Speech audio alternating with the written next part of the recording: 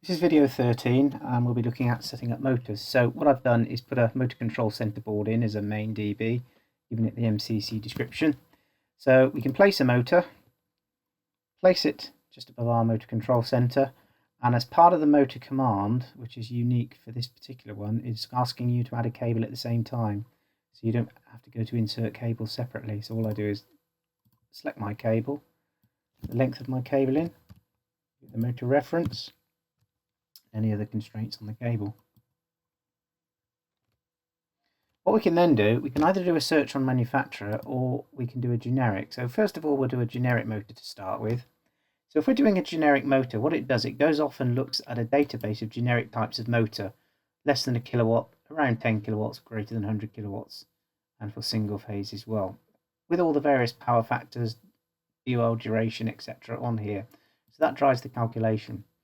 So for example, if I went in and put a 3-phase motor on there, and I decided I wanted a 10 horsepower motor, that then relates to 20 amps, and that works out at 7.46 kilowatts, 746 watts for 1 horsepower. And also you have the motor efficiencies and the power factors. Now what you can actually do, this will give you a starting current of 141 amps, but what you can actually do is apply a star delta or a soft assisted start, and that then allows you to look at the starting characteristics and the running characteristics of the motor. So that's a generic motor, and also it's telling us that the specified motor doesn't comply with the energy requirements of Appendix 7.2, where you need an energy efficiency ratio of at least 4. So we can go with that. Now if we're going to put a manufacturer, we can go into a lot more detail than this, so I'll put the cable in for the manufacturer. M2 for motor 2. Okay, that.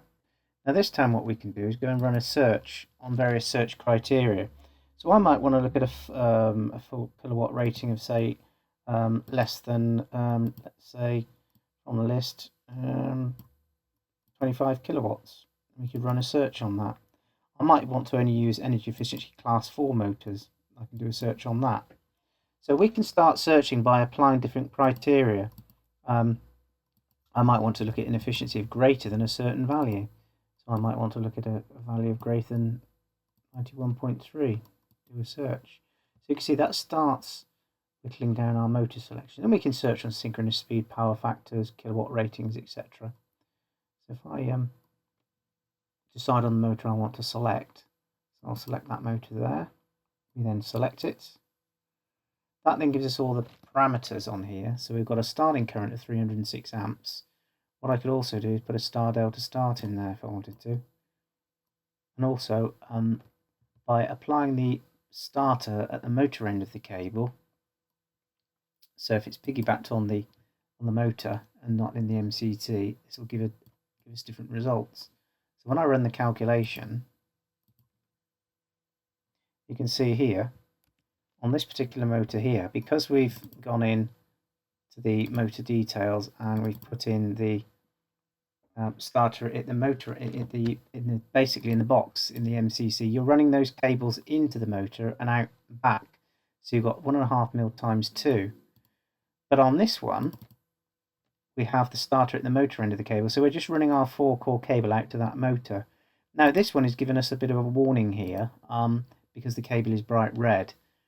So what we can do on the results, we can go and look at the warning there, and that tells us that we need to apply additional protection measures. So there was a regulation came in 2008 in the 18th edition where it was advocating you need protection at the beginning and the end of the cable, or putting a circuit transformer in to monitor any overcurrent in any of the phases.